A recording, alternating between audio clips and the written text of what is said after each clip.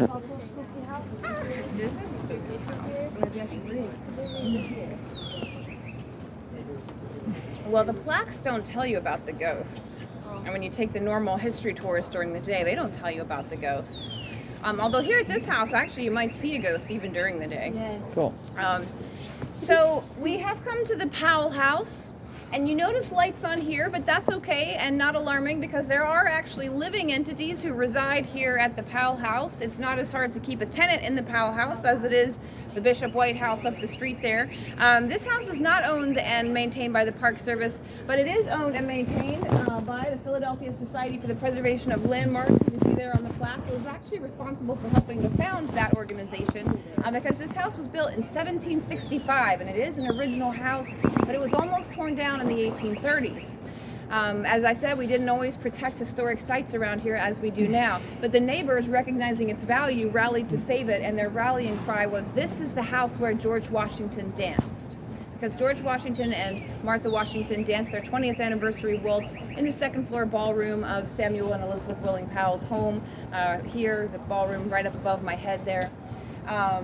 But according to the historic caretakers who live in this house, who have the pleasure of being here overnight, every night, this is the house where George Washington dances still. Because when they go upstairs to that second floor ballroom and they turn on the lights at night, they don't see anything. It looks like the room is empty, but the wooden floor will suddenly begin to creak as if the ballroom is still filled wall to wall with people still dancing the night away as they were doing hundreds of years before. So it seems like the ghosts never want to leave the party at this house. It is a very hospitable home. Even the British soldiers, when they occupied the city during the war, they wrote in their diaries about what sparkling dinner conversation the Powells provided. So it was just that sort of a household.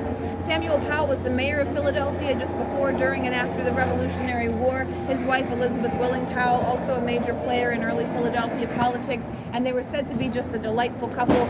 But one of the best things about them was what great parties they threw. They would throw parties in their second floor ballroom that were said to last all night long. They would even have musical theater productions here at the house.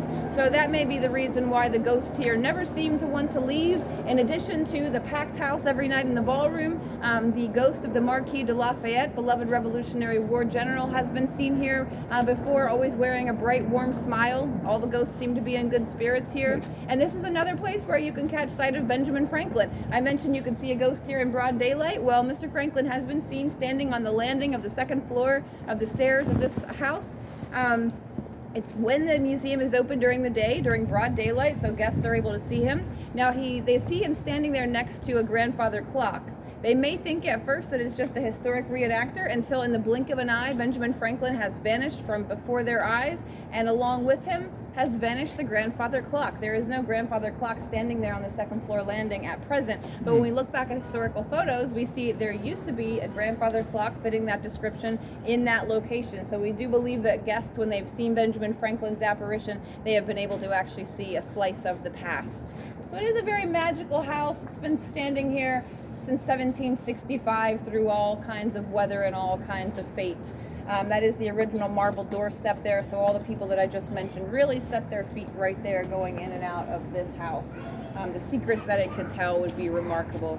This is in fact the house that I have my eye on for my own afterlife planning, hoping to come back and haunt this house myself someday, hopefully not for many, many, many years to come. But for tonight, my friends, we will tear ourselves away from the party. If you're still feeling brave as darkness gathers, we continue further away from the park and into the neighborhood.